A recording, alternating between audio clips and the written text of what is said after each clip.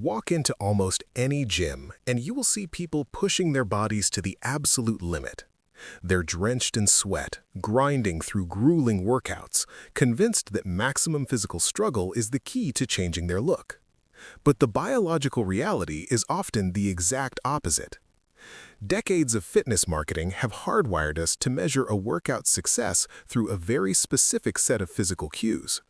We judge our progress by the puddle on the floor, the intense burning sensation in our muscles, and how much we struggle to walk out the door.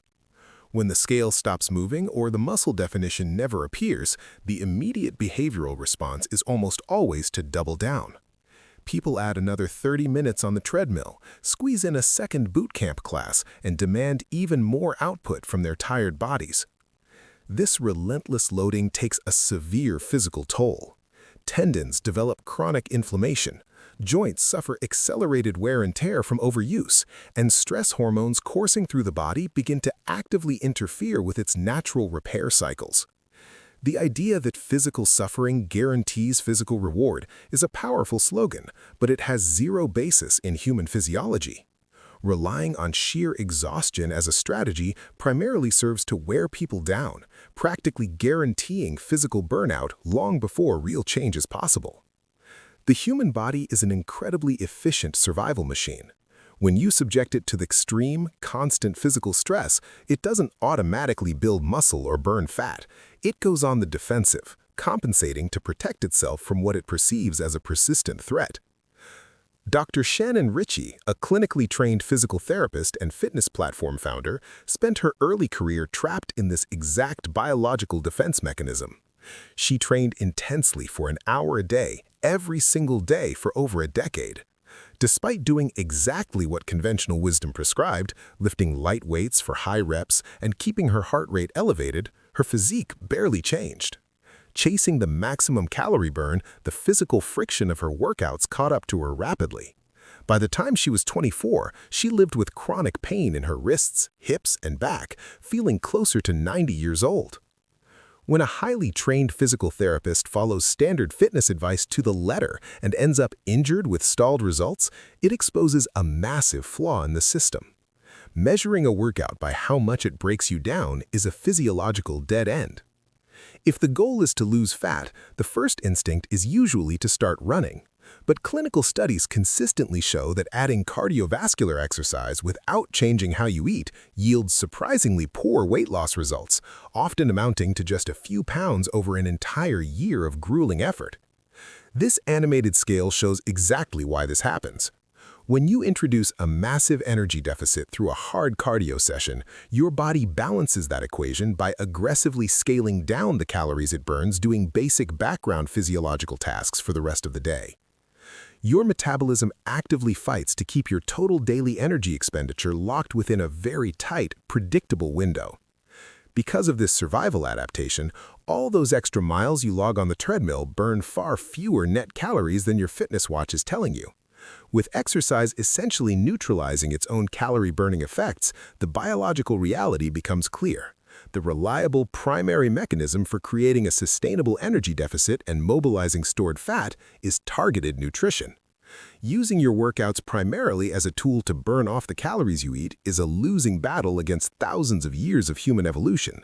It demands a massive amount of physical output for a negligible biological return. This brings us to the actual purpose of a workout, forcing muscle to adapt. Most people hold a heavy lunge or do light pulses until their legs shake and burn. That sensation is called muscle fatigue. It drains your energy and makes you sweat, but it completely fails to trigger new tissue growth. The biological trigger we actually need is called muscle failure.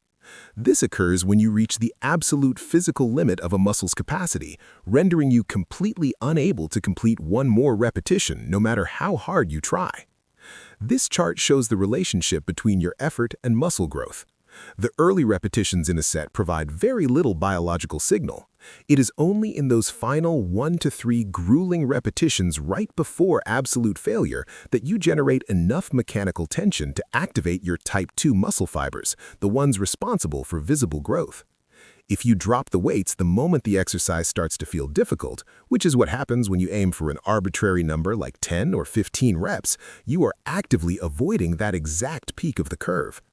To figure out if you are actually reaching that necessary threshold, Dr. Richie uses a diagnostic called the rest test. After you finish what you think is your final, hardest repetition, put the weight down, count to exactly 5 seconds, and then try to lift it again. If you can pick that weight back up and grind out 3 or more additional repetitions, your muscle wasn't failing, it was just tired. You expended time and energy without ever crossing the biological threshold of transformation. Reaching that true point of failure requires extreme physical focus, meaning you must isolate exactly one muscle group at a time during an exercise. Complex movements that combine an upper body and lower body exercise might look impressive, but they create a mechanical problem. When you inevitably have to stop, it is impossible to know if your large leg muscles actually hit true failure or if your smaller arm muscles just gave out first. Once you successfully send that localized failure signal, you have to supply the raw materials for the rebuild. Clinical dietitians recommend eating between 0.75 and 1 full gram of protein per pound of your body weight every single day to support that process. Your body is a highly reactive machine. To change its shape, you cannot rely on chaotic full-body exhaustion. You must provide a precise, isolated physical stressor followed by exact nutritional inputs. Our culture has heavily stigmatized rest. We're conditioned to feel a deep sense of guilt when we take an active recovery day or spend a Saturday entirely on the couch, assuming that resting means we're losing our progress.